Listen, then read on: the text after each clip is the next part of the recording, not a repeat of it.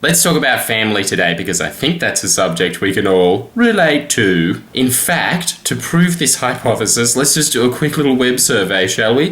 How about you, madam, on Skype? What do you think? Do you have a family? Yeah. Yes. Shocking. In fact, the only thing that'd be more shocking is if you said, yeah, and they're in here.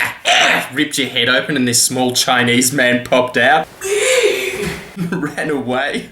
I don't know about everybody else, but I personally would find that very disturbing for two reasons. One, you're not even Chinese, but for the second, why would you kill yourself just to do that? And then you see her spirit floating up to heaven saying, Well, you asked if I had a family or not. I bet at least one person who watches these things. Hey, and if that had ever happened, that is so unlikely. Well, you never know. Stranger things have happened. For many years, my mailman was an eggplant with garden hoses for arms that would bounce from house to house saying, Deepest apologies, madam, but I don't think you'll be able to read today's mail as it's wet! What about you, madam? Do you have a family? Yes! Yes! 2 for 2!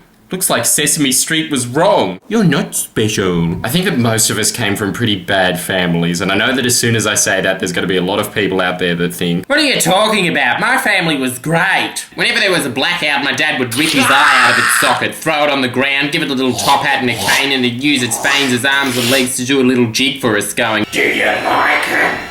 Do you like me dancing? what about if you had a sister, for example? And if you didn't have one, that's fine. I'll also include if you ever trained a parrot to say, Don't touch me, I hate you. doesn't matter if you didn't have one. I didn't have one. I was an only child. In fact, I was a test tube baby. When my parents first saw me, my nose was pressed up against the glass. They said, Oh, that's gross. You've spliced our kid with pig genes. Damn straight.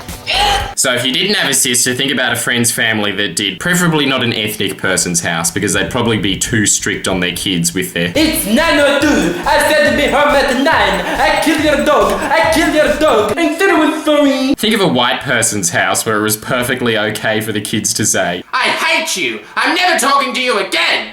2 hours later. Oh my god, I'm so hungry. That's what happens in those 2 hours. The child transforms into a Russian grandmother. You close the door on a 10-year-old and you open it up on a 90-year-old babushka saying, Please give me the turnip so I can make the soup. and if you had a little brother, sacre bleu, you beat the crap out of that kid, didn't you? That kid would have rung the kids' helpline so many times it would have blocked his phone number. There are little brothers all across this great nation of ours that are learning about the horrors that prisoners of war in Changi prison had to endure, saying, Oh, that guy hasn't suffered through anything. Where's my parade? Again, I'm only guessing. I never had a sibling, but my parents did adopt for a while. We adopted a man with a plastic bottle for a head. True story. Once we went on a really long drive with him and my dad said, I need to piss, but I can't be bothered to stop at the service station. to which the plastic bottle head man replied, Uh-oh.